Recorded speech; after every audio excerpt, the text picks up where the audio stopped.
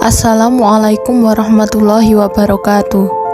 Pada video kali ini akan dijelaskan mengenai perlawanan Sisingamangaraja terhadap kolonisasi Belanda.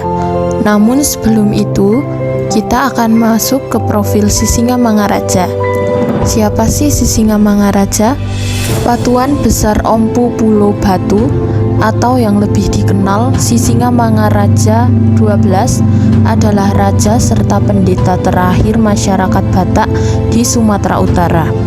Ia turut menjadi pejuang melawan penjajahan Belanda di Sumatera sejak 1878. Pada 1907, ia terbunuh dalam pertempuran oleh pasukan Belanda.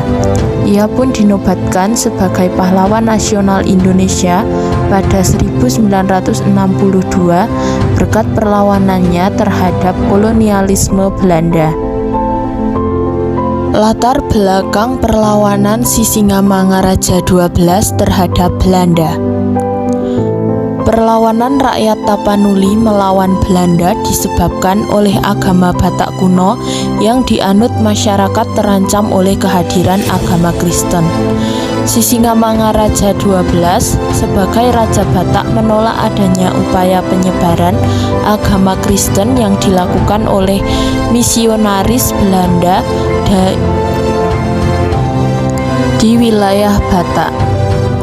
Hal tersebut dilakukan karena Sisingamangaraja khawatir kepercayaan dan tradisi animisme rakyat Batak akan terkikis oleh perkembangan agama Kristen. Bentuk-bentuk perlawanan Sisingamangaraja.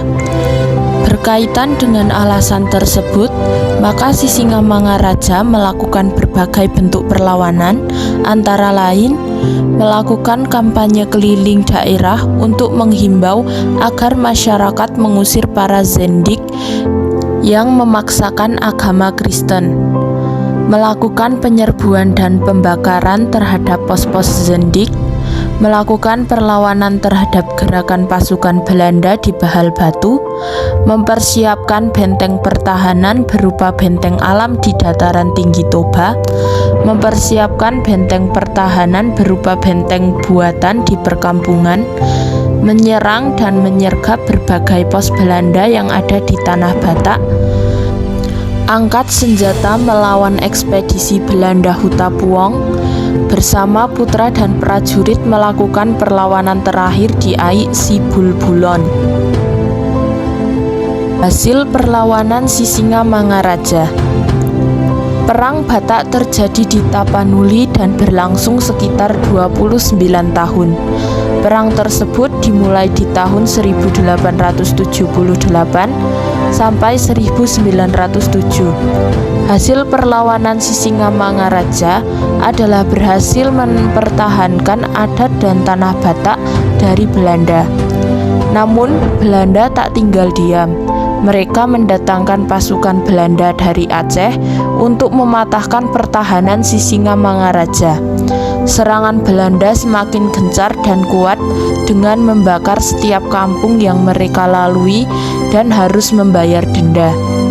Hingga akhirnya hasil perlawanan yang dilakukan Sisingamangaraja beserta segenap masyarakat Batak mengalami kekalahan. Taktik licik yang dilakukan Belanda dengan upaya menangkap istri dan dua anaknya menyebabkan Sisingamangaraja mengalami beban psikologis.